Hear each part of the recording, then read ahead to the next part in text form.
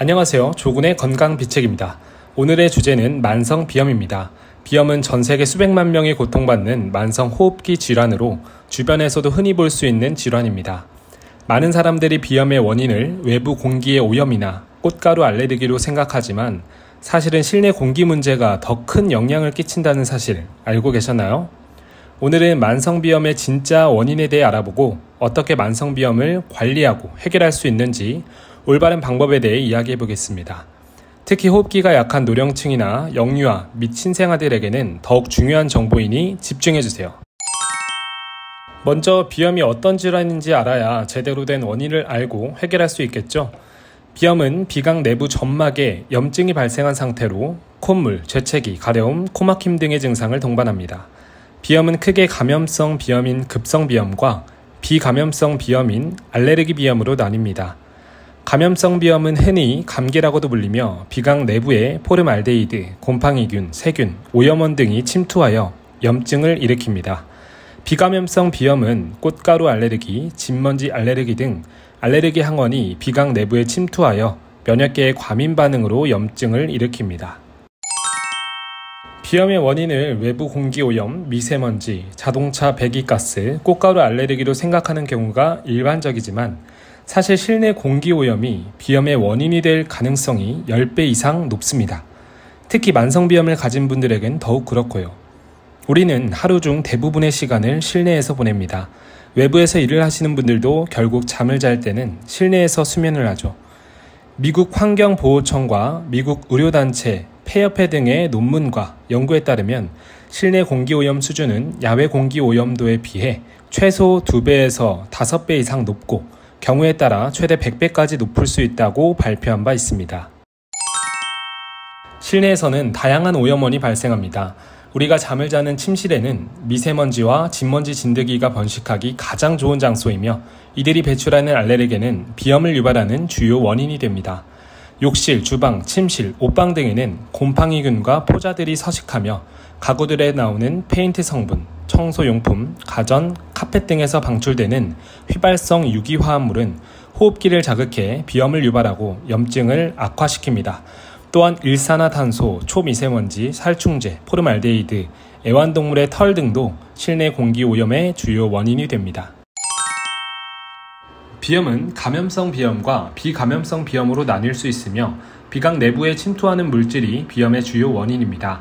비강 내부의 오염원과 알레르겐 항원을 제거하고 청소해주며 비강 내부로 오염원이나 알레르겐 침투를 최소화할 수 있는 환경을 만드는 것이 만성비염을 관리하는 가장 근본적이고 효과적인 방법입니다. 외부 오염원 차단을 위해 마스크 착용을 하는 게 가장 좋지만 항상 착용하는 건 어렵기 때문에 주기적으로 생리식염수를 활용한 코 세척이 중요합니다. 증상이 심한 분들은 하루 2회 아침 저녁으로 코 세척을 해주세요. 그리고 실내 공기질 개선을 위해 공기청정기를 거실에만 두는 경우가 많은데 실내 건물의 구조상 방마다 공기를 완벽하게 청정하는 것은 불가능합니다. 실내 공기질 개선이 가장 필요한 곳은 다름 아닌 잠을 자는 안방이나 침실인데요. 비염의 주요 원인인 곰팡이균, 진먼지 진드기, 각종 세균과 바이러스 등의 오염원이 서식하고 쉽게 번식하는 장소이기 때문이며 우리가 잠을 자는 동안 몸은 자가 회복을 통해 손상된 조직을 치유하고 면역 시스템을 강화하기 때문에 비강의 염증 역시 이 과정에서 회복이 되어야 하는데 침실의 공기 오염도가 높으면 비강의 염증 회복이 더디며 방해를 받아 염증이 지속되고 악화되면서 만성화될 수밖에 없습니다. 지금 이 순간에도 우리 눈에는 보이지 않지만 실내의 각종 오염원과 알레르겐 물질들이 우리의 호흡기에 쌓이고 있습니다.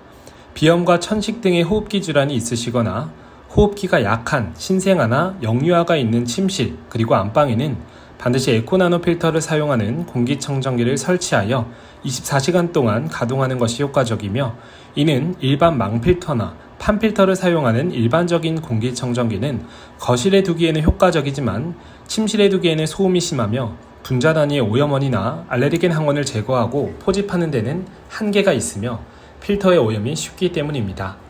그리고 공기청정기는 잠을 자는 곳에서 최소 1m 이상 떨어진 곳에 설치하는 것을 권장드립니다. 특히 영유아와 신생아는 면역체계가 아직 완전히 발달하지 않았기 때문에 호흡기 구조의 특성상 작은 염증 반응에도 호흡곤란 증상이 발생할 수 있습니다. 비염이 지속되면 수면 장애와 식욕 부진을 유발하며 이는 영유아의 성장과 발달에 부정적인 영향을 미칠 수 있습니다. 따라서 영유아와 신생아의 경우도 자극적이지 않은 필터를 사용한 공기청정기를 설치하고 멸균 면봉과 생리식염수를 활용해 비강 내부의 분비물이나 오염원을 청소해주는 것이 좋습니다. 또한 여름철 에어컨을 사용할 때에도 자주 환기해 주어 실내 공기가 고립되는 것을 방지하고 습도 관리를 잘 해주는 것이 아주 중요합니다.